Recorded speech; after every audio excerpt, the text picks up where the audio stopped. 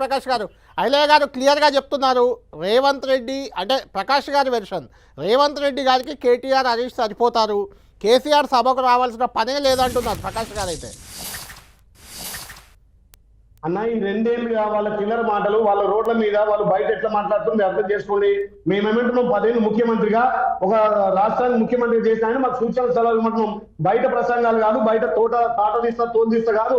మీరు అసెంబ్లీ సాక్షిగా 4 కోట్ల ప్రజలకు సంకేతాలు ఇవ్వండి. మీరున్నప్పుడు కృష్ణా నీళ్లు కానీ ఇక్కడ ఉన్నటువంటి ప్రాజెక్టుల విషయంలో ఏ రకంగా అన్యాయం జరిగింది, మనకు కృష్ణా నీళ్ళలో 299 టీఎంసీ సరిపోతుందని చెప్పి మీరే ఆ రోజు సంతకం పెట్టింది మీరు కాదా? మీరు బయట మాట్లాడతారు, అసెంబ్లీ మాట్లాడితే 4 కోట్ల తెలంగాణ ప్రజలు చూస్తారు కదా. మీ అధికారం ఉన్నప్పుడు ఏ రకంగా నీళ్ల వాటా, నిధులు నియామకాలు ఏ రకంగా పోయినాయి. మా 2 ఏళ్ల పాలనలో కేంద్రంతో కొట్లాడి మనకు రావాల్సిన వాటా మేము ఎట్లా తెస్తున్నామో మీరు సూచనలు సలహా ఇవ్వండి. కానీ అసెంబ్లీకి వచ్చి కనీసం మేము ఒకటి చెప్పాం, ఇవాళ వచ్చి హాజరేసుకోడు కాదు, మీరు రండి, చర్చల్లో పాల్గొనండి. మరి ఇవాళ వచ్చి సంతకం పెట్టిపోయిండు, ఒక్క నిమిషం కూర్చుండు, ఒక్క నిమిషం లేచిపోయిండు, 2 నిమిషాలలో అసెంబ్లీ క్లోజ్ చేసిండు.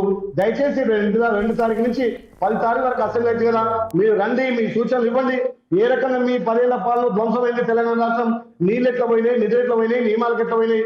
ఒక అనుభవం ఉన్న వ్యక్తిగా ప్రతిపక్ష నాయకుడిగా రమ్మని మేము ఆహ్వానిస్తున్నాం.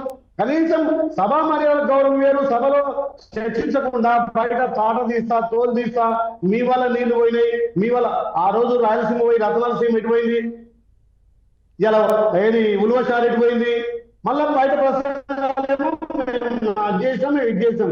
ఇది కరెక్ట్ గా కళ్యాణ్ గారు, మేము కూడా ప్రతిపక్ష నాయకుడిని గౌరవిస్తాం.